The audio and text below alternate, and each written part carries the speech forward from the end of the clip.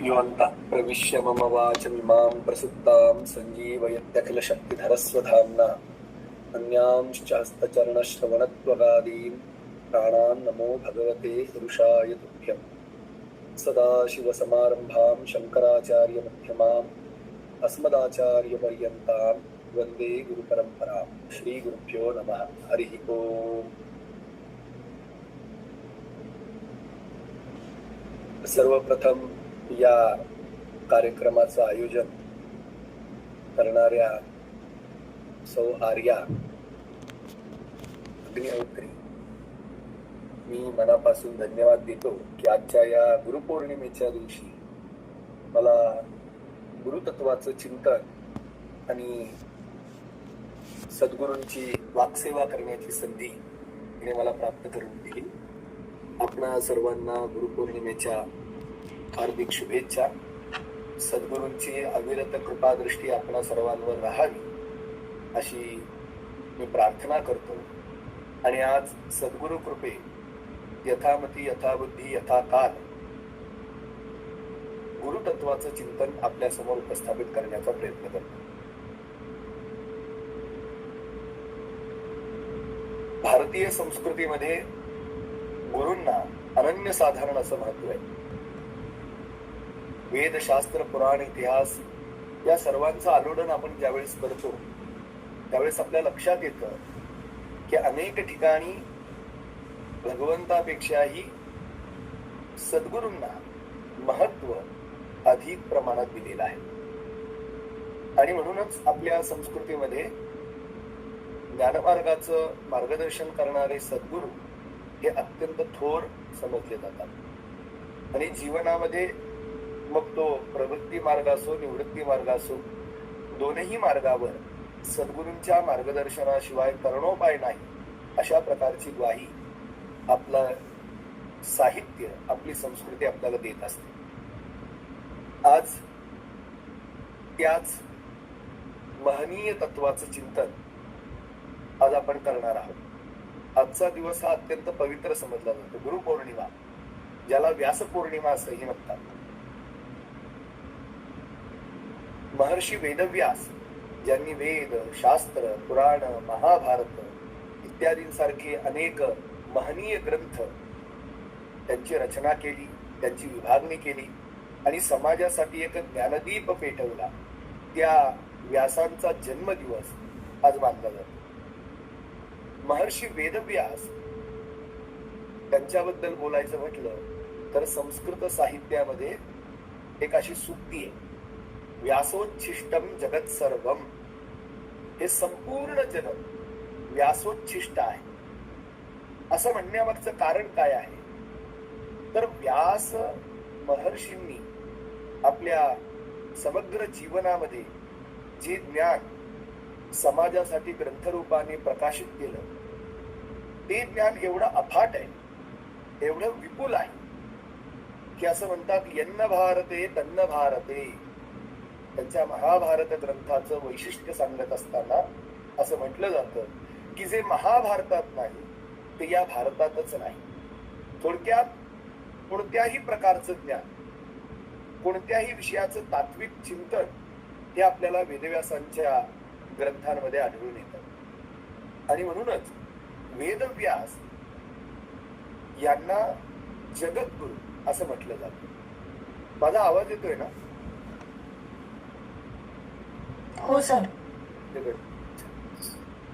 त्यांना जगद्गुरु असं म्हटलं जातं। वेदव्यासांचं चिंतन करत असताना, त्यांची स्तुती करत असताना एक अत्यंत प्रसिद्ध श्लोक आहे, नमोस्तु ते व्यास विशाल बुद्धे फुल्लारविंदाय तपत्र नेत्र येन त्वया भारत तैल पूर्णः प्रज्वालितो ज्ञानमय प्रदीपः। असे एक वैशिष्ट्य महर्षी वेदव्यासांचं सांगितलं जातं। नमोस्तु ते व्यास विशाल बुद्धे, इथं त्यांना विशेषण दिलेले विशाल बुद्धी, थोडक्यात विशाल ज्ञान, ज्ञानाची अगाध सीमा ही महर्षी वेदव्यासांकडे होती। आणि मग अशा त्या वेदव्यासांनी या समाजावर फार मोठे उपकार केलेले। काय उपकार आहेत? येन त्वया भारत तैल पूर्णः प्रज्वालितो ज्ञानमय प्रदीपः।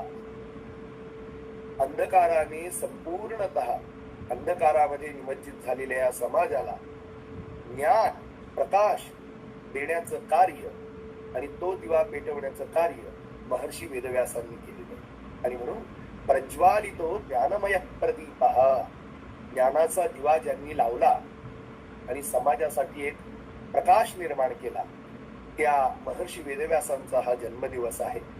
वेदव्यासांना आपल्या संस्कृतीमध्ये जगद्गुरु असं संबोधलं जातं आणि म्हणूनच त्यांचा हा जन्मदिवस प्रत्येक त्या गुरूंप्रती कृतज्ञता व्यक्त करण्यासाठी आपण गुरुपौर्णिमेचा दिवस म्हणून साजरा करतो. याच्यामध्ये आता सद्गुरूंच्या तत्वाबद्दल जर बोलायचं झालंच तर वस्तुतः असं म्हणतात, स्वतः आपण वेदशास्त्र पुराण इतिहास यांचा जर आधार घेतला, यांचीच प्रमाण पाहिली तर उपनिषदांमध्ये असं एक वक्तव्य आहे, यस्य देवे पराभक्ती यथा देवे तथा गुरौ तस्यैते कथिता ह्यर्था प्रकाशन्ते महात्मना. प्रपंचामध्ये मनुष्य म्हणून जन्माला आलेला जो प्रत्येक जीव आहे, त्या जीवाचं मनुष्यत्व तेव्हाच सिद्ध होतं ज्या वेळेस त्या मनुष्यामध्ये ज्ञान निर्माण होतं. जर ज्ञान नसेल तर ज्ञानाविना मनुष्य हा मनुष्य म्हणून आपल्या शास्त्रांमध्ये समजला जात नाही. ज्ञानेन हीना पशुभिः समाना असं म्हटलं जातं. ज्ञानाशिवाय माणसाला माणूस पण नाही. आणि म्हणून ज्ञान हे मानवी जीवनामध्ये अत्यंत महत्वाचा एक आदेय असं मानलं जातं. आणि अशा प्रकारचं ज्ञान समाजाला प्राप्त करून देण्यासाठी जे या पृथ्वी तलावर अवतीर्ण होतात त्यांनाच गुरु असं समजलं जातं. आणि म्हणून जीवनामध्ये ज्याला कोणाला ज्ञानाची प्राप्ती करून घ्यायची आहे, ज्याला कोणाला तत्वज्ञान जाणून घ्यायचं असेल, त्याने जीवनात काय करावं तर केवळ भगवंतावर श्रद्धा असली म्हणून तुम्हाला ज्ञानाची प्राप्ती होत नाही, तत्वज्ञानाची प्राप्ती होत नाही. तत्वज्ञान हे प्राप्त करायचं असेल, सफल करायचं असेल आणि कुठेतरी जो काही ज्ञानाचा साक्षात्कार आहे तिथपर्यंत जर तुम्हाला पोहोचायचं असेल तर सद्गुरूंशिवाय तरणोपाय नाही, अशा प्रकारची ग्वाही आपल्या वेदाधिकांनी दिलेली आहे. आणि म्हणून म्हटलेले यस्य देवे पराभक्ती, ज्याची देवावर नितांत भक्ती आहे, पण जशी देवावर भक्ती आहे तशीच तथा गुरौ, तशीच गुरूंवर श्रद्धा आहे, तस्यैते कथिता ह्यर्था, त्यालाच शास्त्राधिकांनी मांडलेला तत्वज्ञानाचा सिद्धांत समजू शकतो, अन्यथा त्याला तत्वज्ञानाचा सिद्धांत समजू शकत नाही. म्हणजे ज्ञानाची प्राप्ती करायची असेल तर गुरूंशिवाय तरणोपाय नाही, अशा प्रकारची ग्वाही आपल्या ग्रंथांमधून आपल्याला प्राप्त होते. स्वतः गीताचार्य श्रद्धावान लभते ज्ञानम असं म्हणतात. ज्ञान कोणाला प्राप्त होतं तर जीवनामध्ये जो श्रद्धायुक्त अंतःकरण व्यक्ती आहे त्यालाच ज्ञान प्राप्त होतं. मग श्रद्धा या शब्दाचा अर्थ जर आपण वेदांत शास्त्राच्या दृष्टीने पाहिला तर श्रद्धा म्हणजे गुरुवाक्येषु विश्वासः श्रद्धा असं म्हटलं जातं. गुरूंच्या वचनांप्रती विश्वास असणं, गुरूंप्रती आस्था असणं, या आस्थेला, या विश्वासाला आपल्या शास्त्रांमध्ये श्रद्धा असं म्हटलेले. आणि म्हणून अशा प्रकारची गुरूंप्रती निष्ठा, गुरूंप्रती आस्था, गुरुवचनांवर विश्वास ज्याच्या अंतःकरणात आहे तोच खऱ्या अर्थाने श्रद्धाळू ठरतो. आणि अशा प्रकारचा श्रद्धाळू व्यक्तीच ज्ञानाचा अधिकारी असतो. आणि म्हणून जीवनामध्ये ज्याला कोणाला ज्ञान प्राप्त करून घ्यायचं असेल त्याने सर्वप्रथम काय करावं तर त्याने गुरुचरणी लीन व्हावं, सद्गुरूंना शरण जावं. सद्गुरूंना शरण गेल्याखेरीज कोणत्याही व्यक्तीला ज्ञान प्राप्त होऊ शकत नाही. आणि म्हणून आपल्या भगवद्गीतेमध्ये सुद्धा तुम्हाला माहिती आहे भगवंतांनी सांगितलेले तद्विधी प्रणिपातेन परिप्रश्नेन सेवया उपदेक्षन्ति ते ज्ञानम ज्ञानिनस्तत्वदर्शिनः. उपदेक्षन्ति ते ज्ञानम ज्ञानिनः तत्वदर्शिनः असं सांगितले. ज्ञानी तत्वदर्शी अशा प्रकारची व्यक्तिमत्व ज्ञान कधी वितरित करतात एखाद्या शिष्याला, मग त्याची एक प्रक्रिया गीताचार्यांनी आपल्या गीतेमध्ये मांडलेली की एखाद्या व्यक्तीला ज्ञान प्राप्त करून घ्यायचं असेल तर ते ज्ञान देण्याचा अधिकार केवळ त्या तत्वदर्शी ज्ञानी पुरुषांकडे आहे. मग ही तत्वदर्शी ज्ञानी पुरुष कोण? तर ही तत्वदर्शी ज्ञानी पुरुष म्हणजेच गुरु असं संबोधलं जातं. आणि मग अशा गुरूंकडूनच एखादा व्यक्ती ज्ञान प्राप्त करू शकतो आणि ते ज्ञान प्राप्त करण्याचे मार्ग सांगितले. प्रणिपातेन परिप्रश्नेन सेवया. प्रणिपात करून म्हणजे सद्गुरूंना शरण जाऊन तुम्ही ते ज्ञान प्राप्त करू शकता. परिप्रश्नेन अकपटेन म्हणजे कोणताही स्वार्थ, कोणताही वाईट भाव अंतःकरणात न ठेवता सद्गुरूंना जिज्ञासेपोटी शंका करून त्यांच्या समोर उपस्थापित करून आपण ज्ञान प्राप्त करू शकतो. किंवा तिसरा मार्ग सांगितलेला आहे सेवया. सेवेच्या माध्यमातून तुम्हाला त्या ज्ञानाची प्राप्ती होऊ शकते. म्हणजे स्वतः गीताचार्य सुद्धा ज्ञान प्राप्त करून देण्यासाठी तत्वदर्शी ज्ञानी सद्गुरूच प्रमाण आहे अशा प्रकारचं वक्तव्य करतात. आणि म्हणूनच अर्जुन जो स्वतः भगवंताचा सखा आहे, त्याला भगवंताचं दैवत्व माहिती आहे. त्याला माहिती आहे कृष्ण म्हणजे सामान्य पुरुष नाहीये, तो परमपुरुष आहे. पण परमपुरुष असूनही स्वतःचा अत्यंत जीवलग सखा असूनही भगवंताने अर्जुनाला ज्ञान मात्र दिलं नव्हतं. मग भगवंताने अर्जुनाला ज्ञान कधी दिलं? ज्या वेळेस अर्जुन भगवंतासमोर कार्पण्य दोषोपहत स्वभाव पृच्छामि त्वां धर्म समूल चेता अशा प्रकारची स्वतःची दैन्य अवस्था उपस्थापित करून यच्छ्रेयस्यान् निश्चितं ब्रूहि तन्मे शिष्यस्तेहं शाधिमां त्वां प्रपन्नम् अशा प्रकारचं वक्तव्य करतो.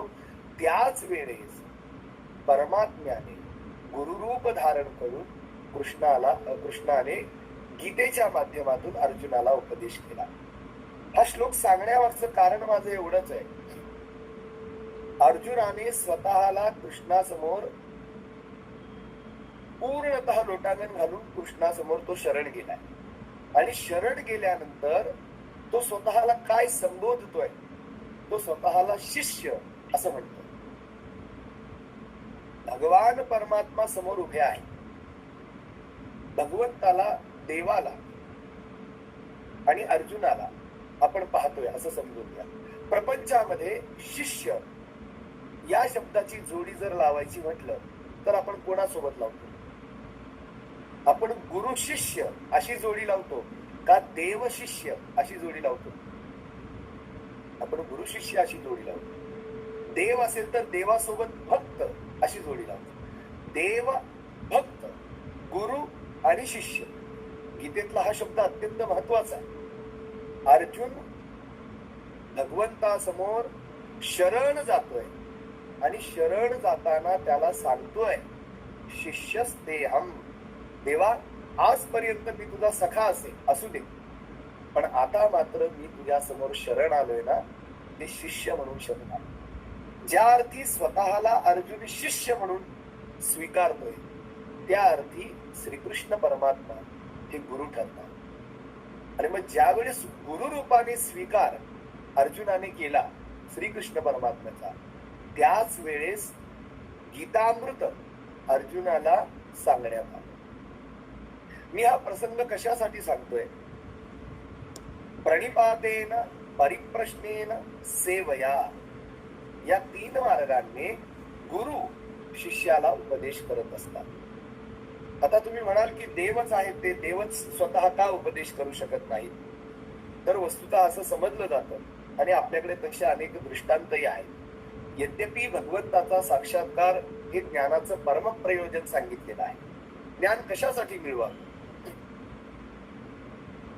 ज्ञानाच्या ज्या 2 मुख्य अवस्था सांगितलेल्या आहेत, ज्ञानाचे जे 2 भेद सांगितलेले आहेत मुंडकोपनिषदामध्ये, द्वे विद्ये वेदितव्ये, 2 प्रकारच्या विद्या या प्रपंचात आहेत. आणि त्यातली जी मुख्य विद्या आहे, जिला पराविद्या परज्ञान असं म्हटलं जातं, ते परज्ञान म्हणजे ब्रह्म्याचा, परमात्म्याचा, भगवंताचा साक्षात्कार करून देणारं ज्ञान. आणि खऱ्या अर्थाने तेच एक ज्ञान आहे. दुसऱ्या कोणत्याही ज्ञानाला ज्ञान असं म्हणताच येणार नाही. स्वतः समर्थांनी सुद्धा ब्रह्मविद्ये व्यतिरिक्त जी ज्ञान आहे त्या ज्ञानाला पोट भरायच्या विद्या असं म्हटलेलं आहे. त्या फक्त पोट भरायच्या विद्या. मग ज्ञान म्हणजे काय? ज्ञान म्हणजे आत्मज्ञान, पहावे आपणासी आपण. ज्ञान म्हणजे केवळ आणि केवळ आत्मज्ञान असाच अर्थ होतो. या आत्मज्ञानाचा अर्थ काय? पहावे आपणासी आपण. स्वतःचं स्वरूप, स्वतःचं मूळ रूप पाहण्याची कला, पाहण्याची बुद्धी, पाहण्याची विद्या, पाहण्याचं ज्ञान, त्याला आत्मज्ञान असं म्हटलेलं. आणि अशा प्रकारचं स्वतःचं खरं स्वरूप जाणून घेण्याचं ज्ञान जे आत्मज्ञान आहे, ते आत्मज्ञान एखाद्या साधकाला, एखाद्या शिष्याला देण्याचा अधिकार या प्रपंचामध्ये केवळ आणि केवळ सद्गुरूंना आहे, गुरूंना आहे. आणि म्हणून भारतीय आध्यात्मिक शास्त्रांमध्ये या पारमार्थिक मार्गामध्ये गुरूंना अनन्यसाधारण असं महत्व आहे. आता गुरुच या प्रपंचामध्ये ते ज्ञान देऊ शकतात. भगवान परमात्म्याला ज्ञान देण्याचा अधिकार नाही. मी मगाशी म्हटलं की अनेक दृष्टांत आपल्या समोर असे उपस्थित आहेत. स्वतः नामदेव रायांचा आपण दृष्टांत पाहू शकतो. अर्जुनाप्रमाणे नामदेव महाराज जे होते, भगवान परमात्मा त्यांच्या सोबत सख्य भक्ती होती, अत्यंत प्रेमाचे संबंध होते. पण अत्यंत प्रेमाचे संबंध असूनही भगवंताच्या खऱ्या रूपाचा साक्षात्कार मात्र नामदेवांना झाला नव्हता. मग भगवंताचा खरा साक्षात्कार, भगवंताचं खरं ज्ञान नामदेवांना देवाच्या सानिध्यात असून झालेलं नाही. मग ते कधी झालं तर असं म्हणतात, तो देव नामया हृदयी. नामयाच्या हृदयामध्ये भगवंताच्या खऱ्या स्वरूपाचा साक्षात्कार किंवा आत्मज्ञान कधी उत्पन्न झालं तर ते म्हणतात, खेचरू केला उपकार. विसोबा खेचरांनी उपकार केला. विसोबा खेचरांसारखे जे तत्वज्ञानी आहे, जे सद्गुरु पदावर आरूढ आहे, अशा तत्वज्ञानी सद्गुरु पदावर आरूढ झालेल्या खेचरांची भेट झाली आणि त्यांच्या माध्यमातून खऱ्या अर्थाने देवाचं स्वरूप त्यांना प्राप्त झालेलं आहे. आणि म्हणून ज्ञान कोणतंही असो, ते ज्ञान प्राप्त करून घ्यायचं असेल तर प्रपंचामध्ये सद्गुरूंशिवाय तरणोपाय नाही. आणि म्हणूनच आपल्या आध्यात्मिक मार्गामध्ये सद्गुरूंना अनन्यसाधारण असं महत्व आहे. जीवनाचं कल्याण हे केवळ आणि केवळ गुरुपदेशाने आहे. आणि म्हणूनच आपल्या वैदिक वाङ्मयामध्ये सुद्धा असं म्हटलेलं आहे, तद विज्ञानार्थम स गुरुमेव अभिगच्छेत. तत् विज्ञानार्थम, तत् ते जे काही ज्ञान आहे, ज्या ज्ञानाने मानवी जीवनाचं कल्याण होणार आहे, त्या ज्ञानाच्या प्राप्तीसाठी मनुष्याने काय करावं? तद विज्ञानार्थम, ते जाणून घेण्यासाठी सहा, तो साधक, तो शिष्य, तो जीव गुरुमेव अभिगच्छे, त्याने गुरूंनाच शरण गेलं पाहिजे. कशा प्रकारच्या गुरूंना शरण गेलं पाहिजे? कशा प्रकारे गेलं पाहिजे? समित्पाणी श्रोत्रियम ब्रह्मनिष्ठम.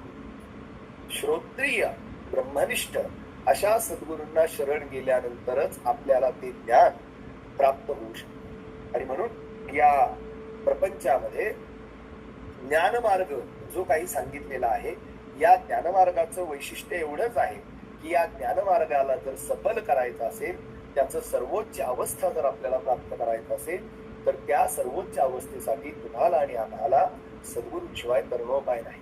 स्वतः ज्ञानेश्वर माऊली सुद्धा आपल्या अमृतानुभवामध्ये सद्गुरु स्तवन करताना आरंभीच म्हणतात, आता उपाय वनवसंतू, जो आज्ञेचा आहे व तंतू, अमूर्तची परिमूर्तू कारुण्याचा.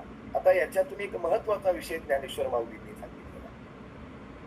काय म्हणतात? आता उपाय वन वसंतू.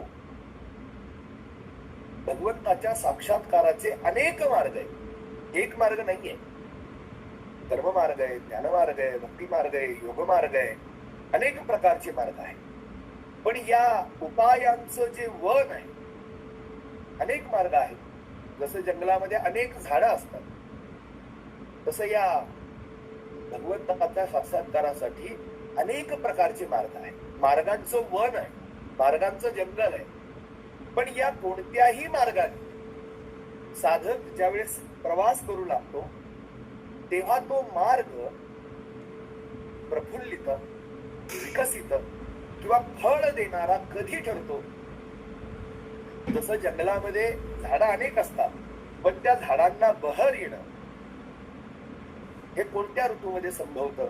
वसंत ऋतूमध्ये. ज्यावेळेस वसंत ऋतूचं आगमन होतं तेव्हा शाखा पल्लवित होतात, पुष्पित होतात, सफल होतात. आणि त्याच वेळेस खऱ्या अर्थाने तो वसंत ऋतू जो आहे त्या वनाला सपुष्प सफल करत असतो. तसंच या ज्ञानमार्गामध्ये मार्ग अनेक आहेत. ज्ञानमार्गाचं जंगल आहे, त्याच्यामध्ये अनेक प्रकारचे मार्ग उपलब्ध आहेत.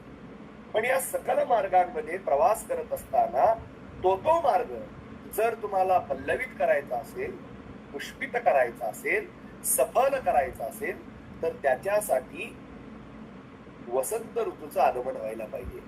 आणि ज्ञानमार्गातला वसंत ऋतू म्हणजे कोण आहे? तर सद्गुरू आहे. आता उपाय वन वसंतू, जो आज्ञेचा आहे वतंत्र. आज्ञा, आज्ञा या शब्दाचा अर्थ ब्रह्मविद्या. सुरुवातीची जी 5 मंगलाचरण केलेली आहे अमृतानुभवामध्ये, त्याच्यामध्ये जयत्याज्ञा दयार्द्राये असं म्हटलेलं आहे. मग आज्ञा या शब्दाचा अर्थ ब्रह्मविद्या असा केलेला आहे. आणि मग ब्रह्मविद्येचं सूत्र, मांगल्य सूत्र म्हणजे सद्गुरू आहेत असं त्यांनी सांगितलं.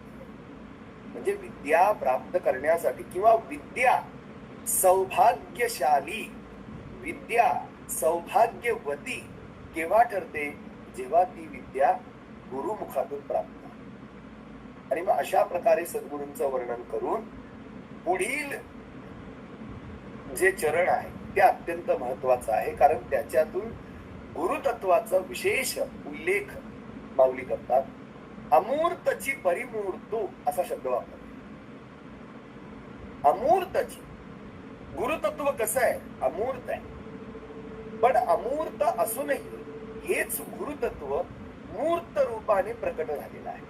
म्हणजे निर्गुण निराकार असणार गुरुतत्व सगुण आणि साकार होत. मग हे निर्गुण तत्व सगुण होण्यामागचं कारण काय आहे? कारुण्य. अमूर्तची परिमूर्त कारुण्याचा. कारुण्य जे आहे भगवंताच्या अंतःकरणामध्ये, ते कारुण्य एवढं अफाट आहे की त्या कारुण्यामुळे भगवंताने स्वतः गुरुरूप धारण केलेलं आहे. आणि गुरुरूप धारण करण्यामागचं कारण काय आहे? स्वतः तुकोबार आहे आपल्या अभंगांमध्ये सांगतात, माझ्या विठोबाचा कैसा प्रेम भाव, आपणची देव होय गुरु. जे माऊलींनी सांगितलेले अमूर्त म्हणजे काय? अमूर्त म्हणजे परमात्मा आहे. अमूर्त म्हणजे ब्रह्म आहे. निर्गुण निराकार ब्रह्म ते अमूर्त आहे. आणि सगुण साकार ब्रह्म म्हणजे सद्गुरू आहे. मग अमूर्त असणार, निर्गुण असणार, निराकार असणार ब्रह्म का सगुण आणि साकार होत आहे? माझ्या विठोबाचा कैसा प्रेम भाव. प्रेम भाव, अंतःकरणामध्ये प्रेम आहे, वात्सल्य आहे. कोणाप्रती वात्सल्य आहे? जीवांप्रती. या समग्र जीवाचा कल्याण व्हावं ही एक सद्भावना अंतःकरणात भगवंताच्या. आणि म्हणून तो भगवान परमात्मा भगवंत म्हणून जीवाचं कल्याण करू शकत नाही. आणि म्हणून जीवाच्या कल्याणासाठी तोच भगवान परमात्मा सद्गुरु रूपाने अवतीर्ण होतो, अशी एक धारणा आस्तिकवाद्यांची आहे. आणि म्हणून तुकोबाराय सुद्धा म्हणतात, माझ्या विठोबाचा कैसा प्रेम भाव, आपणची देव होय गुरु. देव स्वतः गुरु रूपाने प्रकट होत असतात. कशासाठी? पढिये ध्येय भाव पुरवी वासना. त्या जीवाचा देहभाव जाणून त्याच्या वासना पूर्ण करण्यासाठी, त्याच्या अंतःकरणातील सदिच्छा पूर्ण करण्यासाठी तो भगवान परमात्मा सद्गुरु रूपाने प्रकट उघडे परब्रह्म सद्गुरूंची मूर्ती पुरविती आरती शिष्याची असं म्हटलेलं आहे अभंगात. सद्गुरु म्हणजे काय? उघडं परब्रह्म आहे. कारण सगुणत्व आणि साकारत्व तिथे निर्माण झाले म्हणून त्याला उघडं परब्रह्म म्हटलेले. अन्यथा जे निर्गुण निराकार ब्रह्म आहे ते उघडं नाहीये, ते बंदिस्त आहे. ते पंचकोशांमध्ये बंदिस्त आहे, ते मायेच्या आवरणाने झाकलेलं आहे आणि म्हणून ते सहज प्राप्य नाहीये. आणि म्हणून त्याला सहज प्राप्यता येण्यासाठी त्याच परमात्म्याने अशा प्रकारचं गुरुरूप धारण केलेलं आहे. आणि म्हणून या सद्गुरु तत्वाचं एक विशेष विश्लेषण आपल्या या संत साहित्यामध्ये वेद शास्त्र पुराण इतिहास अधिकांमध्ये संपूर्णतः केल्याचं आपल्याला आढळतं. मी आता सांगितलं की वेदव्यासांनी तर एवढं मोठं ब्रह्मविद्या 4 वेदांच्या माध्यमातून, 18 पुराणांच्या माध्यमातून, वेदांत शास्त्राच्या माध्यमातून, महाभारताच्या माध्यमातून उपस्थापित केलेली आहे. मग कोणाकोणाला असं वाटेल की एखादा सद्गुरु न करता केवळ आणि केवळ या सद्ग्रंथांचं अध्ययन केलं तर आपल्या जीवन मुक्तीला प्राप्त होईल, आपल्या जीवनामध्ये आपल्याला ज्ञान प्राप्त होईल. पण याच्याबद्दल असं म्हटलं जातं की जीवनामध्ये वाचिक ज्ञान जे आहे म्हणजे ग्रंथांचं अध्ययन करून मिळवलेलं जे ज्ञान आहे ते कधीही साक्षात्काराचं सुख देऊ शकत नाही. जर साक्षात्काराचं सुख, ज्ञानाचं सुख जर एखाद्या जीवाला प्राप्त करून घ्यायचं असेल तर ते ज्ञान सद्गुरु मुखातून आलं तरच ते फलरूप होत असेल. हा एक नियम आहे आपल्या संस्कृतीमध्ये. मी एक वाक्य नेहमी म्हणत असतो, संतांची, सद्गुरूंची, साधू पुरुषांची एक खासियत आहे. काय खासियत आहे पहा, मंत्र बोलणारे साधू नसतात. माझं वाक्य नीट ऐका. मंत्र बोलणारे साधू नसतात, साधू बोलतात तो मंत्र असतो. चिंतन करा या वाक्यावर. मंत्र तर मीही बोलेन ग्रंथ वाचून, म्हणून मी गुरुपदाला प्राप्त होईल का? नाही. मंत्र म्हणजे मरणात त्रायते, ज्याचं केवळ मनन, स्मरण, चिंतन केलं असता तुम्ही त्रासातून मुक्त होता, त्याला मंत्र असं म्हणतात. आणि अशा प्रकारची मंत्रांमध्ये शक्ती जर आपल्याला निर्माण करायची असेल तर तो मंत्र गुरुमुखातून प्राप्त झालेला असावा. मग गुरुमुखातून काहीही प्राप्त हो, त्याला मंत्रांचा दर्जा, हे लक्षात घ्या. ही गुरूंची खासियत आहे, ही गुरूंची महनीयता आहे की त्यांच्या मुखातून निघालेला कोणताही शब्द एखाद्या जीवाचं कल्याण करण्यास पुरेसा ठरतो. आणि म्हणून आपल्या या भारतीय संस्कृतीमध्ये गुरूंना अत्यंत महत्वाचं स्थान आहे. भागवतामध्ये एक श्लोक येतो, अनाद्य अविद्या युक्तस्य पुरुषस्य आत्मवेदनम स्वतः न संभवात अन्यस्तत्वज्ञो ज्ञानदो भवेत्, असा एक श्लोक आहे भागवतामध्ये. याच्यात तो विषय मांडलेला आहे. काय? अनाद्य अविद्या युक्तस्य पुरुषस्य आत्मवेदनम, अनादि काळापासून असणारी अविद्या आणि त्या अविद्येने युक्त असणारा जीव, अशा या जीवाला जर आत्मज्ञान प्राप्त करून घ्यायचं असेल, ज्ञान प्राप्त करून घ्यायचं असेल तर तो स्वतःच्या कर्तृत्वाने ते ज्ञान प्राप्त करून घेऊ शकत नाही. स्वतः न संभवा, स्वतः ते संभवू शकत नाही. कोणताही जीव स्वतःच्या जीवावर, स्वतःच्या कर्तृत्वावर समग्र अज्ञानाचा नाश करून अनादि काळापासून चालत आलेली जी अविद्या परंपरा आहे तिचं खंडन करू शकत नाही, तिचा नाश करू शकत नाही. मग त्याच्यासाठी काय लागेल? अन्यः तत्वज्ञो ज्ञानदो भवेत्, असं लागेल. कोणीतरी त्याच्या जीवनामध्ये एखादा ज्ञानदहा, ज्ञानदहा म्हणजे ज्ञान देणारा. कोण? तत्वज्ञ. जीवनामध्ये तत्वाचं यथार्थ ज्ञान झालेला कोणीतरी एक थोर पुरुष त्याच्या जीवनामध्ये यायला पाहिजे आणि त्या तत्वज्ञानाने ते ज्ञान दिलं पाहिजे. त्याच वेळेस ते ज्ञान सफल होतं आणि साक्षात्कारापर्यंत त्या साधकाला घेऊन जातो. म्हणूनच बघा छांदोग्य उपनिषदामध्येही असा एक मंत्र येतो. काय मंत्र येतो? आचार्यवान पुरुषो वेद. वेद म्हणजे जाणतो. कोणता पुरुष ज्ञान प्राप्त करून घेऊ शकतो? जो आचार्यवान आहे. आचार्यांच्या सानिध्यात, आचार्य म्हणजे सद्गुरु, गुरु, गुरूंच्या सोबत जो आहे, गुरुतत्वावर श्रद्धा ठेवून गुरुपदेश सर्वता ज्याने ग्रहण केलेला आहे, अशा प्रकारचा व्यक्तीच ते ज्ञान जाणू शकतो. आचार्यवान पुरुषो वेद. आणि म्हणून आपल्या शास्त्रांनी आपल्याला उपदेश केलेला आहे. कठोपनिषदामध्ये मंत्र येतो, उत्तिष्ठत जाग्रत प्राप्य वरांनी बोधत क्षुरस्य धारा निशिता दुरत्यया दुर्गंपतस्तत् कवयो वदन्ति. असा एक मंत्र. काय सांगितलंय उपनिषदांनी? माणसाला उपदेश दिलेला आहे. कोणत्या प्रकारचा उपदेश दिलाय? की उठा, जागे व्हा, प्राप्य वरांनी बोधत आणि श्रेष्ठ आचार्यांना प्राप्त करून घ्या. का श्रेष्ठ आचार्यांकडे जायला सांगितलंय? कारण या श्रेष्ठ आचार्यांच्या माध्यमातून तुम्हाला ते ज्ञान प्राप्त होईल.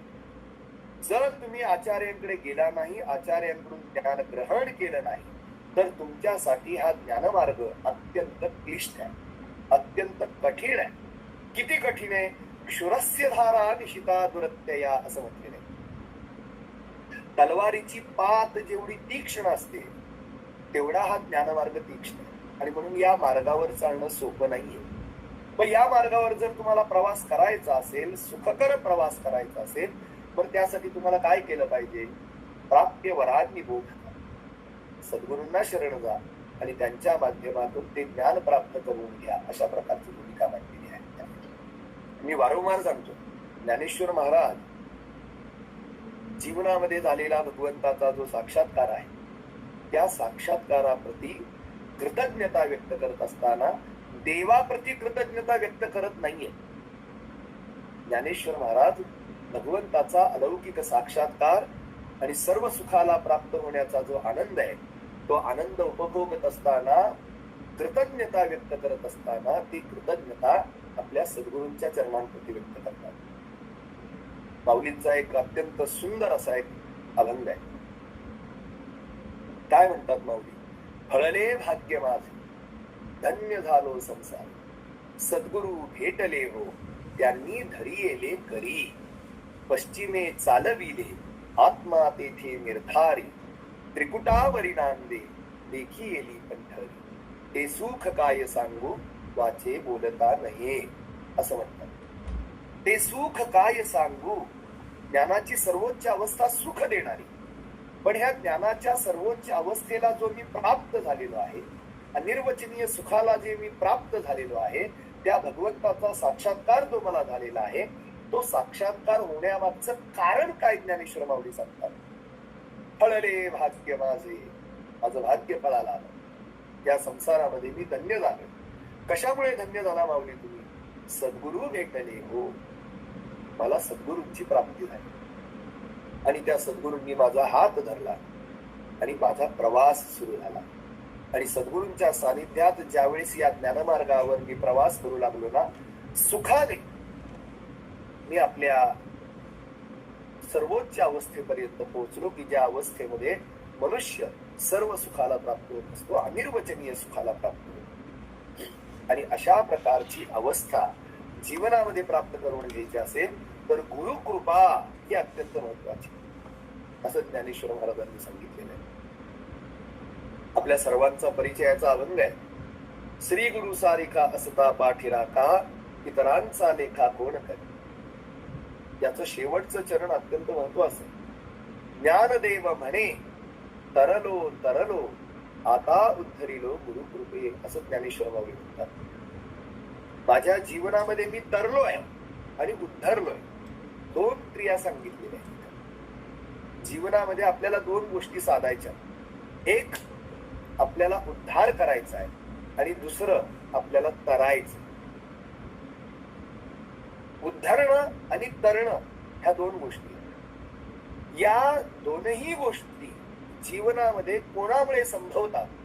याचं उत्तर देताना माऊली बोलतात, तरलो तरलो आता उद्धरिलो गुरु कृपे. माझ्या जीवनामध्ये ती एक गुरुकृपा निर्माण झाली, गुरूंचा आशीर्वाद मला प्राप्त झाला आणि त्या आशीर्वादाचं फळ मी माझ्या जीवनामध्ये उद्धरलोही आणि तरणारही. पहा, हे दोन शब्द खूप महत्वाचे. उद्धार. उद्धार म्हणजे काय? उत्थरती इति उद्धार. उत् म्हणजे वरच्या दिशेने, वरच्या दिशेने नेणे, त्याला उद्धार असं म्हणतात. हे म्हणण्यामागचं कारण काय? ज्यावेळेस कोणताही जीव एखादं शरीर धारण करत असतो, तुम्ही आम्ही जे या प्रपंचामध्ये जन्माला आलेलो आहोत, ह्या प्रपंचामध्ये आपण जन्माला आलेलो आहोत म्हणजे आपण बद्धावस्थेत आहोत. जीव म्हणून जन्मलेला प्रत्येक जीव हा बद्ध आहे. स्वरूपापासून आपण विमुख आहोत, आपल्या मूळ स्वरूपापासून आपण दुरावलेलो आहोत आणि मूळ स्वरूपापासून दुरावलोय म्हणजे आपण बुडालोय. या भवसागरामध्ये आपण बुडालेलो आहे आणि म्हणून वारंवार पुनरपि जननम पुनरपि मरणम पुनरपि जननी जठरे शयनम शंकराचार्यांनी वर्णन केले. पुन्हा पुन्हा जन्माला येतोय, पुन्हा पुन्हा मृत्यूला कवटाळतो आणि वारंवार जन्माला आणि मृत्यूला येणं ही जीवनातील जीवाची सगळ्यात मोठी फजिती आहे असं तुकोबारायांनी सांगितलं. किती वेळा जन्मा यावी, किती व्हावे फजिती. वारंवार जन्माला येणं ही काही सुखाची गोष्ट नाहीये, ती अत्यंत दुःखाची गोष्ट आहे. आणि मग अशा प्रकारच्या दुःखाला जर आपण वारंवार प्राप्त होत आहोत, याचा अर्थ आपण भवसागरामध्ये निमज्जित आहोत, आकंठ बुडलेलो आहोत. मग आता मला सांगा, जो बुडालेला आहे संसार सागरामध्ये, सर्वप्रथम त्याला काय करायला पाहिजे? त्याच बुडालेल्याला वर आणायला पाहिजे. म्हणजे संसार सागरामध्ये जे बुडालेले आहेत अशा जीवांना त्या रसातळातून वर आणणं, त्याला म्हणतात उत्थार. उत् वरच्या दिशेने आणणे. त्याचा अजून सोपा अर्थ सांगायचं म्हटलं, मनुष्य म्हणून आपण सगळे जन्माला आलेलो आहे, पण सगळ्यांमध्ये माणुसकी आहे असं नाही. सगळ्यांमध्ये माणुसकी आहे असं नाहीये. अनेक माणसं माणूस असूनही माणसांसारखं वागत नाही, पशूंसारखा व्यवहार आहे. मग जीवनामध्ये जन्मल्यानंतर सर्वप्रथम आपण माणसाने माणसासारखं वागायला पाहिजे. माणूस जेव्हा माणसासारखा वागायला लागतो तो त्याचा उद्धार समजून घ्या. आणि हे ज्ञानमार्गाचं पहिली अवस्था आहे. हे मी नाही, आद्य शंकराचार्यांनी सांगितलं. आद्य शंकराचार्य विवेक चूडामणी ग्रंथामध्ये असं म्हणतात, भगवंताचा साक्षात्कार ज्या कोणा जीवाला घडवून घ्यायचा असेल त्या जीवामध्ये तीन गोष्टी महत्वाच्या आहेत. पात्रता, तीन गोष्टी त्याच्यामध्ये असणं गरजेचं आहे. दुर्लभम त्रयमेवैतत् दैवानुग्रह हेतुकम मनुष्यत्वम मुमुक्षुत्वम महापुरुष संश्रय. या तीन गोष्टी जीवामध्ये असणं गरजेचं. भगवंताच्या साक्षात्कारासाठी, ज्ञानाची चरमसीमा प्राप्त करण्यासाठी मनुष्यामध्ये सगळ्यात पहिली गोष्ट जी अपेक्षित आहे ती आहे मनुष्यत्व. मनुष्यत्व पाहिजे. मनुष्य असायला पाहिजे असा शब्द नाही दिला इथं. इथं काय सांगितलेलं आहे? मनुष्यत्व असायला पाहिजे. आता त्व हा एक शब्द जोडला की अर्थ बदलतो. मनुष्य म्हणजे तुम्ही आम्ही सर्वजण मनुष्य आहोत, पण मनुष्यत्व म्हटलं की मानवी सद्गुण असा अर्थ. मनुष्यत्व म्हणजे मानवी सद्गुण. मग अशा प्रकारच्या मानवीय सद्गुणांची खाण ज्या वेळेस तुमच्यामध्ये निर्माण होईल त्याच वेळेस तुम्ही या ज्ञानमार्गाचे अधिकारी ठरा. आणि अशा प्रकारे ज्ञानमार्गाचा अधिकारी जर एखादा जीव स्वतःला करू इच्छित असेल तर सर्वप्रथम त्याच्यामध्ये मनुष्यत्व असलं पाहिजे. आणि अशा प्रकारचं मनुष्यत्व त्याच्यामध्ये निर्माण तेव्हाच होऊ शकतं ज्या वेळेस त्याचा उद्धार होईल. संपूर्णतः रसातळाला गेलेला जीव ज्या वेळेस वर येईल तो त्याचा उद्धार आहे. म्हणून ज्ञानेश्वर महाराज म्हणतात, मी सामान्य मनुष्य म्हणूनच जन्माला आलो, पण सर्वप्रथम माझा उद्धार माझ्या सद्गुरूंनी केला. म्हणजे माझ्यामध्ये मनुष्यत्व निर्माण केलं. आणि ज्याच्यामध्ये मनुष्यत्व निर्माण होतं, ज्याचा उद्धार होतो, तो तरल्याशिवाय राहत नाही. तरल्याशिवाय राहत नाही. आणि तरणं ही आपल्या जीवनातील सर्वोच्च अवस्था आहे. शास्त्रांनी सांगितलंय, तरती शोकम आत्मविद. आत्मवेत्ता आत्मज्ञानी शोक सागराला तरतो, पार करतो. आणि तरणं ही जीवनातील आपलं परम प्रयोजन आहे, ज्याच्यासाठी आपला जन्म झालेला आहे. पण ज्ञानेश्वर महाराज सांगतात की माझ्या जीवनामध्ये रसातळाला गेलेलो मी, माझा उद्धार सद्गुरु कृपेने झालेला आहे आणि माझं तरणं हे सुद्धा सद्गुरु कृपेने झाले. म्हणजे गुरु कृपा जर असेल आपल्या जीवनामध्ये तरच आपण संसार सागर तरू शकतो. आणि म्हणून तत्पादांबुर हत्वंद सेवा निर्मल चेतसा असं पंचदशिकार आपल्या पंचदशी ग्रंथामध्ये सांगतात. विद्यारण्य स्वामींनी सुद्धा सांगितलेले आहे, सुखबोधाय तत्वस. तत्वाचा सुखाने बोध जर एखाद्या जीवाला घ्यायचा असेल तर त्याने दुसरं तिसरं काही करू नये. काय करावं? निर्मल चेतसा, अत्यंत निर्मल अंतःकरणाने सद्गुरूंची चरण सेवा करा. जो सद्गुरूंची चरण सेवा करतो, सद्गुरूंना शरण जातो, त्यांच्या प्रती श्रद्धा ठेवतो, त्याच्या जीवनामध्ये त्याला अत्यंत सहजतेने, लीलया, सुगमतेने ज्ञानाची प्राप्ती होत असते. आणि म्हणून आपल्या जीवनामध्ये आपण ज्ञान प्राप्त करू इच्छित असाल तर नान्य पंथा विद्यते अयनाय. दुसरा कोणताही मार्ग आपल्याला मिळू शकणार नाही. आपल्याला एक करावं लागेल, त्या भगवंताच्या साक्षात्कारासाठी किंवा जे काही वेदशास्त्र पुराणाधिकाऱ्यांनी सांगितलेलं तत्वज्ञान आहे, त्या तत्वज्ञानाच्या प्राप्तीसाठी आपल्याला सर्वप्रथम सद्गुरु सेवा करावी लागेल, सद्गुरूंप्रती श्रद्धा ठेवावी लागेल, त्यांच्या चरणांप्रती विश्वास निर्माण करावा लागेल. कारण तुकाराम महाराज एका ठिकाणी सांगतात, तुका म्हणे गुरु भजनी देव भेटे जनी वनी.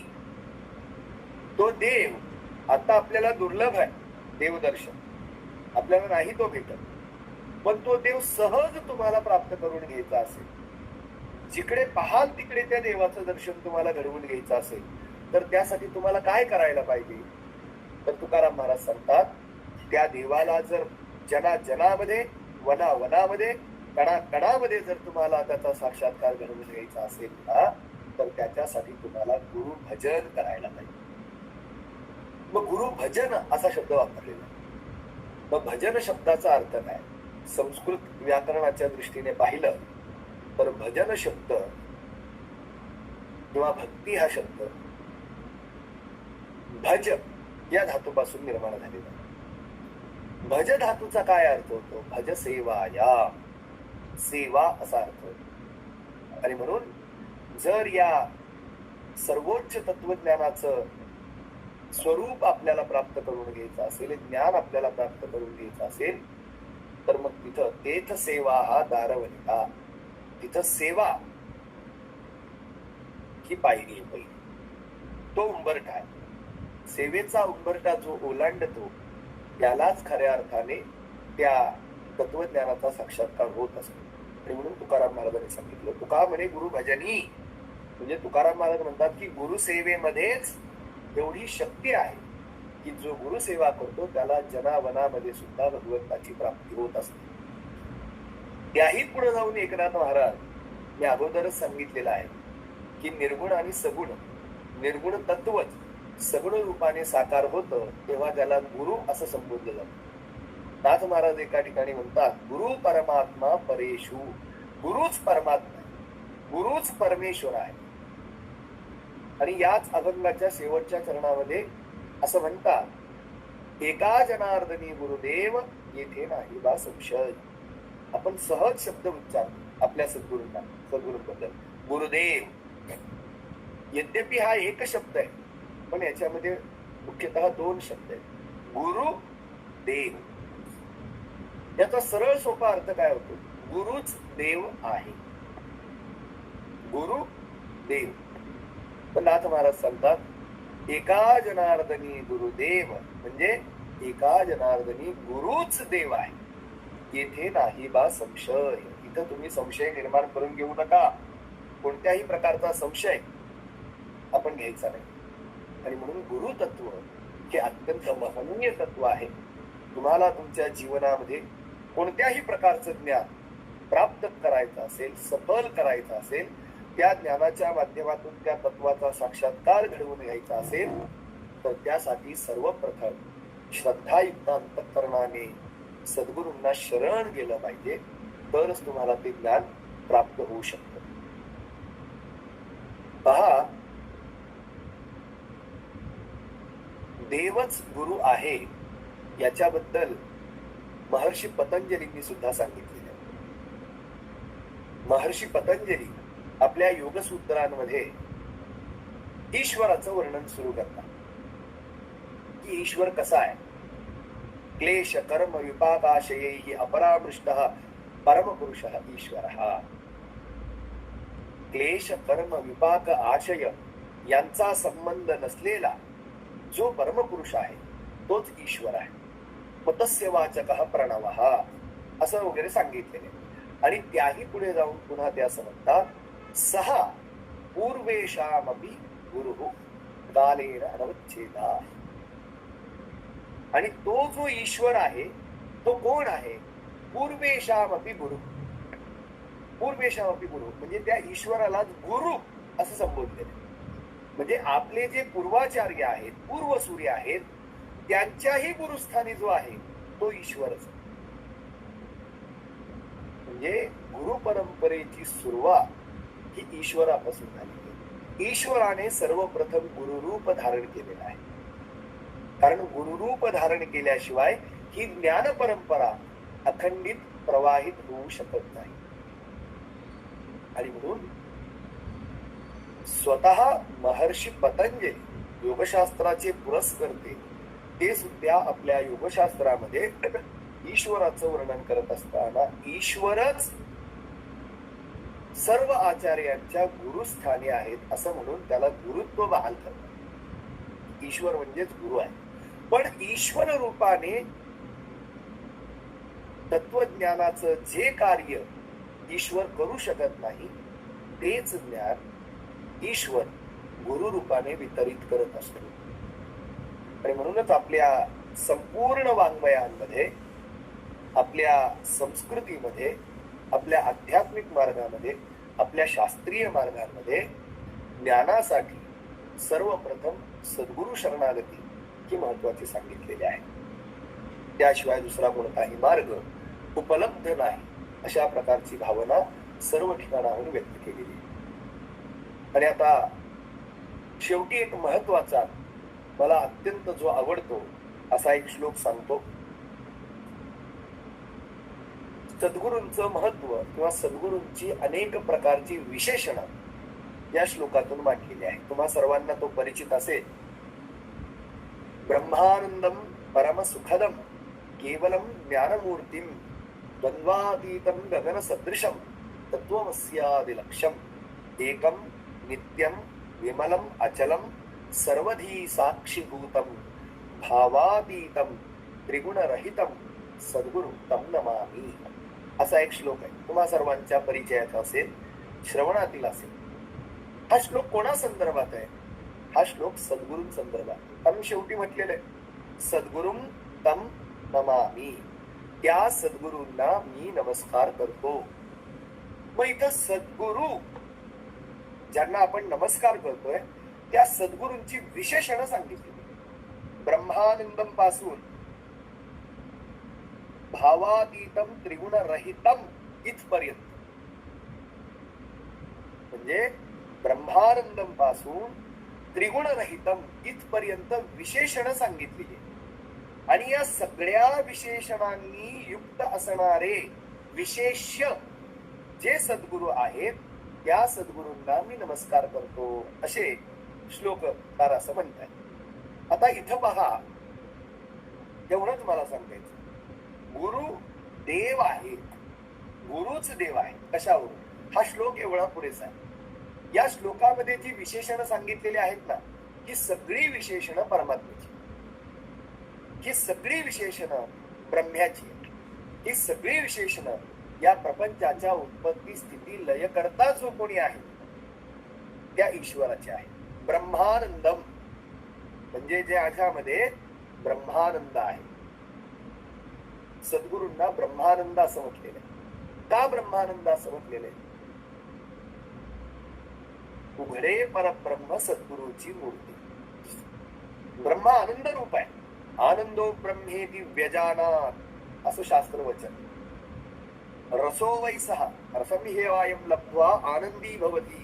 या प्रपंचामध्ये रसरूप आनंद रूप जर कोण असेल तर ते फक्त आणि फक्त एक ब्रह्म आहे.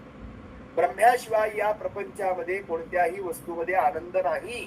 100% शुद्ध आनंद हा फक्त आणि फक्त ब्रह्म्यापुरता मर्यादित आहे. आणि त्याच ब्रह्म्यामुळे या प्रपंचात थोडा बहुत आनंद आपण अनुभवतो. म्हणजे आनंद रूप, आनंद सागर, आनंद कंद जर या प्रपंचात काय असेल तर ते ब्रह्म आहे. आणि त्या ब्रह्म्याचा तो जो आनंद आहे, तो जो धर्म आहे, तो ब्रह्म व्यतिरिक्त जर या प्रपंचामध्ये कोणामध्ये दिसत असेल तर तो फक्त आणि फक्त सद्गुरूंमध्ये दिसतो. आणि म्हणून सद्गुरू हे ब्रह्मानंद स्वरूप आहे असं सांगितलंय. का? ते स्वतः ब्रह्म आहे. म्हणून आनंद हा त्यांचा स्वभाव आहे. सद्गुरू आनंद रूप आहे.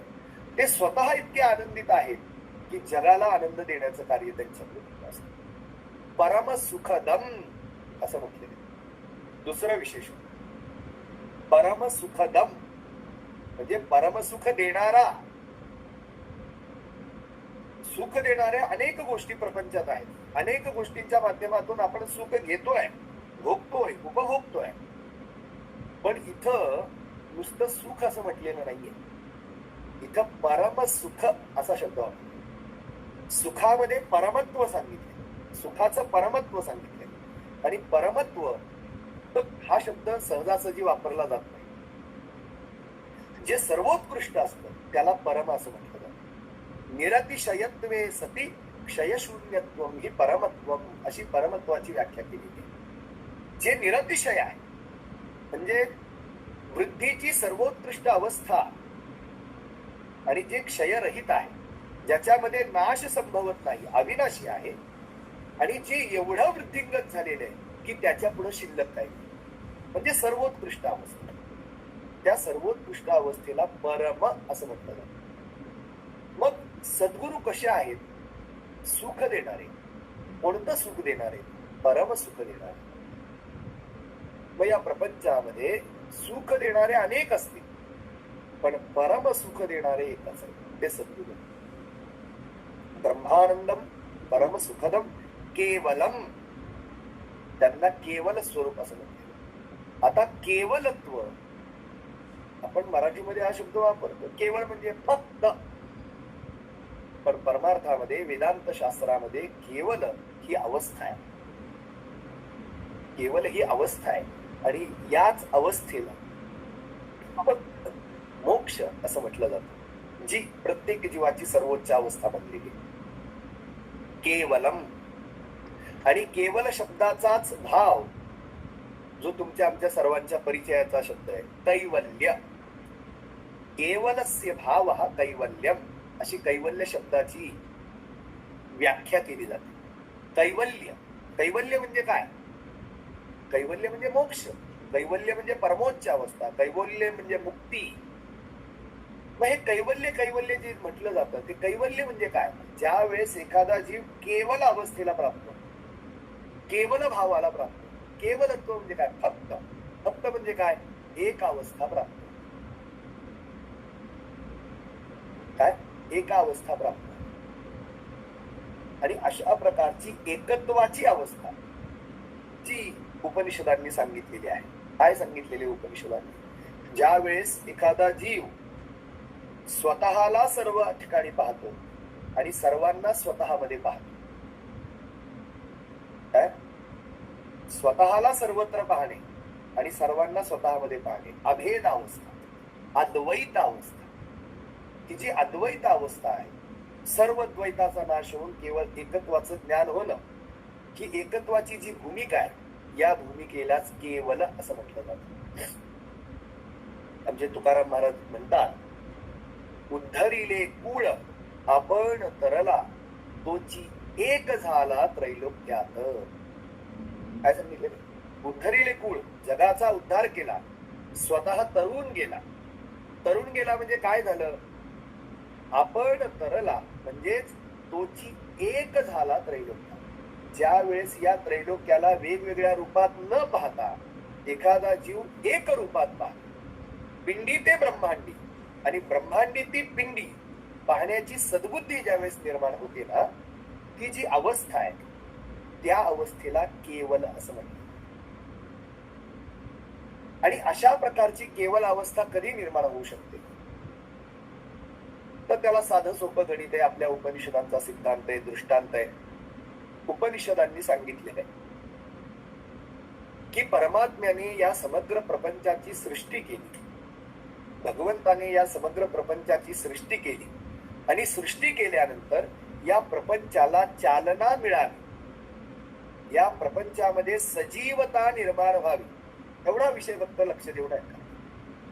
बघा, परमात्म्याने या समग्र प्रपंचाची सृष्टी केली आणि सृष्टी केल्यानंतर या प्रपंचाला चालना मिळावी, सजीवता प्राप्त व्हावी, चैतन्य प्राप्त व्हावं, म्हणून स्वतः परमात्म्याने जो एकटा चैतन्य रूप आहे, त्या एकट्या चैतन्य रूप परमात्म्याने या प्रपंचाची सृष्टी करून त्याच्यामध्ये स्वतः प्रवेश केलाय. कळालं का? सुरुवातीला एकटा तो परमात्माच होता. सदैव सौम्येदमग्र आसीत एकमेव अद्वितीय.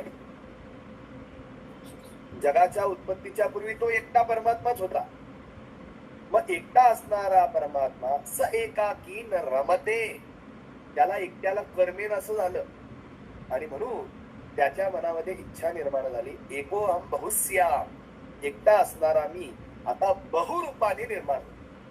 आणि म्हणून त्याने या जगताची सृष्टी केली आणि सृष्टी करून तत् सृष्ट्वा तदेव अनुप्राविशत असं उपनिषद वाक्य. प्रपंचाची सृष्टी केली आणि स्वतः या प्रपंचाला चैतन्य देण्यासाठी, सजीवता देण्यासाठी, चालना देण्यासाठी सृष्टी करून स्वतः तो प्रपंचात शिरला असं म्हटलंय. म्हणजे या प्रपंचातील प्रत्येक घटक, प्रत्येक वस्तू, प्रत्येक कण त्या भगवंताने ओतप्रोत आहे. प्रत्येक कणाकणामध्ये भगवंताचं अस्तित्व आहे आणि भगवंताचं कणाकणामध्ये असणाऱ्या त्या अस्तित्वाचं ज्ञान तुम्हाला आम्हाला करून द्यायचं, हे आपल्या जीवनाचं परमध्येय आहे. आणि ही अवस्था जी प्राप्त होते ना, ज्यावेळेस तुम्हाला या प्रपंचामध्ये सर्व ठिकाणी विद्या विनय संपन्ने ब्राह्मणे गवी हस्तिनी शुनी चैव श्वपाकेच पंडिता समदर्शिनः, गीतेमध्ये सांगितले. प्रपंचातला कोणताही घटक, कोणतीही वस्तू, कोणताही जीव तुमच्या दृष्टी समोर आला आणि आल्यानंतर त्या जीवाला त्या जीवाच्या रूपात न पाहता त्याला ब्रह्मस्वरूपात पाहण्याची सद्बुद्धी ज्यावेळेस निर्माण होती ना, त्यावेळेस जिकडे पाहावे तिकडे, जिकडे पाहाल तिकडे तुम्हाला तो देवच दिसेल, तिकडे ब्रह्मच दिसेल. मग तुम्हाला विद्या विनय संपन्न ब्राह्मण हा ब्राह्मण न दिसता ब्रह्म म्हणून दिसेल. एखादा चांडाळ तुमच्या समोर आला तर तो चांडाळ चांडाळ रूपात न दिसता तुम्हाला ब्रह्मरूपात दिसेल. एखादा कुत्रा, एखादं मांजर, एखादं गाढव तुमच्या समोर आलं पण ती सुद्धा प्राणी रूपात न पाहता तुम्ही ब्रह्मरूपानेच पाहाल. ही जी दृष्टी आहे, ज्याला समदृष्टी असं म्हटलेलं आहे, ही समदृष्टी म्हणजे एकत्वाची भावना. तोची एक झाला त्रैलोक्यात, त्रैलोक्यात झाले द्वैताची निवारण. आणि मग एकत्वाची भावना ज्यावेळेस निर्माण होते, द्वैताचा नाश होतो. आणि मग द्वैताचा नाश झाला, एकत्वाची भावना उदयाला आली, सर्व ठिकाणी एकबुद्धी झाली. सर्वांना जे पिंडी ते ब्रह्मांडी, जे ब्रह्मांडी ते पिंडी पाहण्याची सद्बुद्धी निर्माण झाली. म्हणजे प्रपंचात कोण शिल्लक राहिलं? केवळ तो, केवल. आणि म्हणून सद्गुरूंना केवलम असं म्हटलं. आता केवल हे विशेषण खरं तर परमात्म्याच आहे, कारण या प्रपंचात तोच एकटा आहे, दुसरं काहीच नाहीये. नेह नानास्ति किंचन, शास्त्राने निषेध केलाय प्रपंचातल्या इतर सर्व पदार्थांचा. शास्त्राच्या दृष्टीने एकच सांगणे की या प्रपंचामध्ये जर काय असेल तर ते फक्त आणि फक्त ब्रह्म आहे. ब्रह्म सोडून दिसणारा सगळा प्रपंच हा स्वप्न प्रपंचाप्रमाणे मिथ्या आहे, खोटारडा आहे. मग स्वप्न प्रपंच जसा खोटारडा आहे तसं हे दिसणारं बाह्य जगत सुद्धा खोटं आहे. मग खरं काय? केवळ ब्रह्म. म्हणून ब्रह्म केवल आहे आणि केवल स्वरूप ब्रह्म ज्याला ज्ञात होतं त्याला कैवल्याची प्राप्ती. आणि मग कैवल्याच्या भावाला प्राप्त करून देणारे कोण आहेत? सद्गुरू आहे. आणि सद्गुरू कसे असतात? ते केवल भावाला प्राप्त झालेले असतात. त्यांच्या दृष्टीमध्ये उच्च नीच हा भेद राहत नाही. जगाचा उद्धार करण्यासाठी ते अवतीर्ण झालेले आहे. आणि म्हणून सद्गुरूंचं विश्लेषण ब्रह्मानंदम परमसुखदम केवलम अशा प्रकारचं केलेलं आहे. आणि म्हणून पिंडी ते ब्रह्मांडी आणि ब्रह्मांडी ते पिंडी पाहण्याची जी सद्बुद्धी आहे ती केवळ आणि केवळ सद्गुरू कृपेने प्राप्त होऊ शकते. आणि अशा प्रकारची सद्बुद्धी प्राप्त होण्यासाठी तुम्हाला आम्हाला सर्वांना नान्यपंथा, दुसरा कोणताही मार्ग शिल्लक नाही, आपल्याला सद्गुरूंनाच शरण जावं लागेल. माझ्या मते माझा वेळ झालेला आहे. सद्गुरू बर जेवढं बोलावं तेवढं वस्तुतः कमी आहे, पण किती बोललं तर आपण त्यांचं चिंतन उपस्थापित करू शकतो, त्यांचं संपूर्ण स्वरूप प्रकट करू शकतो. असो, या एकंदरीत माझ्या वक्तव्यातून मला आज एवढंच सांगायचंय की आज गुरुपौर्णिमा आहे आणि या गुरुपौर्णिमेच्या दिनी आपल्या जीवनामध्ये गुरूंचं असणारं महत्व, त्यांचा महिमा हा आपल्याला समजणं गरजेचं आहे. प्रपंचामध्ये कोणत्याही ज्ञानमार्गाने तुम्ही प्रवास करत असाल, तो प्रवास करत असताना तुम्हाला कुठेतरी गुरूंचं मार्गदर्शन, गुरूंचा आशीर्वाद, गुरूंची कृपादृष्टी प्राप्त होणं गरजेचं आहे. अन्यथा त्या ज्ञानमार्गाला फळाचा बहार येणार नाही. कारण कोणत्याही मार्गाला सफल करायचा असेल तर त्या मार्गावर सद्गुरू रूपी वसंत बहरला पाहिजे. तर ह्या सर्व गोष्टींचा विचार करून आपण सर्वांनी सद्गुरूंना शरण जाणं गरजेचं आहे. त्या सद्गुरूंचं वर्णन करत असताना स्वतः शंकराचार्य म्हटलंय, दृष्टांतो नैव दृष्टः त्रिभुवन जठरे सद्गुरोर ज्ञानदातुः. ही सद्गुरूंची खासियत आहे. प्रपंचामध्ये कोणताही असा दृष्टांत नाहीये की जो दृष्टांत देऊन मी माझ्या सद्गुरूंची खासियत, सद्गुरूंची महनीयता तुमच्या समोर उपस्थापित करेन. शंकराचार्यांना प्रश्न पडतोय, सद्गुरूंचं महत्व सांगण्यासाठी काय दृष्टांत द्यावा? त्रिभुवन जठरे, त्रैलोक्यामध्ये असा कोणताही पदार्थ नाहीये की ज्या पदार्थाची उपमा सद्गुरूंना देता. काही जणांनी देण्याची उपमा देण्याचा प्रयत्न केला. काही जणांनी सद्गुरूंना परीस म्हणून संबोधलं की त्या परिसाच्या स्पर्शाने जसं लोखंडाचं सोनं होतं तसं सद्गुरू रूपी परिसाने एखाद्या जीव जो अत्यंत लोखंडाला म्हणजे अत्यंत जड स्वरूपाला प्राप्त झालेला आहे त्याला सुवर्ण अवस्था प्राप्त होती. पण तुकाराम महाराजांनी त्याचंही खंडन केलेलं आहे. लोह परिसाची नसा आहे उपमा, सद्गुरू महिमा अगाधची, आपणा सारिखे करीती तात्काळ नाही काळ वेळ तयाला. सद्गुरूंचा महिमा अगाध आहे. परीस लोखंडाला सोनं करील, पण परीस लोखंडाचा परीस करत नाही. मग या प्रपंचामध्ये आपल्यासारखं करण्याचं सामर्थ्य फक्त आणि फक्त सद्गुरूंमध्ये, ते देवामध्येही नाही. आणि म्हणून देवाच्या या सगुण रूपाला, सद्गुरूंना आपण सर्वांनी शरण गेलं पाहिजे. आज त्यांचा विशेष स्मरण करण्याचा दिवस आहे, त्यांचं चिंतन करण्याचा दिवस आहे. आणि मला अत्यंत आनंद होतोय की आजच्या या परमपवित्र दिनी सद्गुरूंचं स्तवन करण्याची संधी मला आर्याच्या माध्यमातून मिळाली. खूप चांगल्या प्रकारचं कार्य आर्याच्या माध्यमातून चाललेलं आहे. भगवद्गीतेचं ते सुंदर प्रकारचं प्रशिक्षण देत आहे. आणि मी तिला 2009-10 पासून ओळखतो. म्हणजे जवळजवळ 16-17 वर्ष झालं. आर्या, पूर्वी आर्या बोक्षे होती, आता आर्या अग्निहोत्री आहे. तर तेव्हापासून तिची एक बुद्धिमत्ता, तिचा एक पारमार्थिक ओढ तिच्या अंतःकरणातली आणि वेदांताची रुची ही मी पहिल्यापासून पाहत आहे. आणि ती रुची तिला गप्प बसून देणार नाही इथून पुढेही. ते अशा प्रकारचं सत्कर्म सत्कार्य करत राहील. तिच्यावर नक्कीच सद्गुरूंची कृपा आहे, भगवंताचा आशीर्वाद आहे. आणि म्हणून अशा प्रकारच्या सत्कर्मामध्ये ती प्रवृत्त होत आहे. आणि तिच्या माध्यमातून जो सत्कर्म आयोजित करण्यात येत आहे त्याच्यामध्ये तिने मला संधी दिली, त्याबद्दल मी आर्याचे विशेष आभार या ठिकाणी व्यक्त करतो. जे कोणी या ठिकाणी उपस्थित आहेत श्रोते, तुम्ही सर्वजणही वेळात वेळ काढून उपस्थित आहात, त्याबद्दल तुम्हा सर्वांचे आभार व्यक्त करतो. वेळ अधिक घेतला कदाचित, त्याबद्दल दिलगिरी व्यक्त करतो.